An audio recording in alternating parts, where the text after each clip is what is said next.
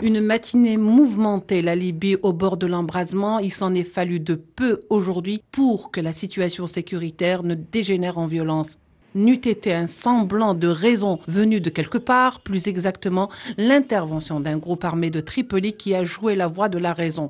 Donc très tôt, ce matin, le Premier ministre ou le premier chef du gouvernement nommé par le Parlement de Tobrouk a décidé de monter vers Tripoli pour tenir son conseil des ministres, fort des troupes de Haftar mis à sa disposition.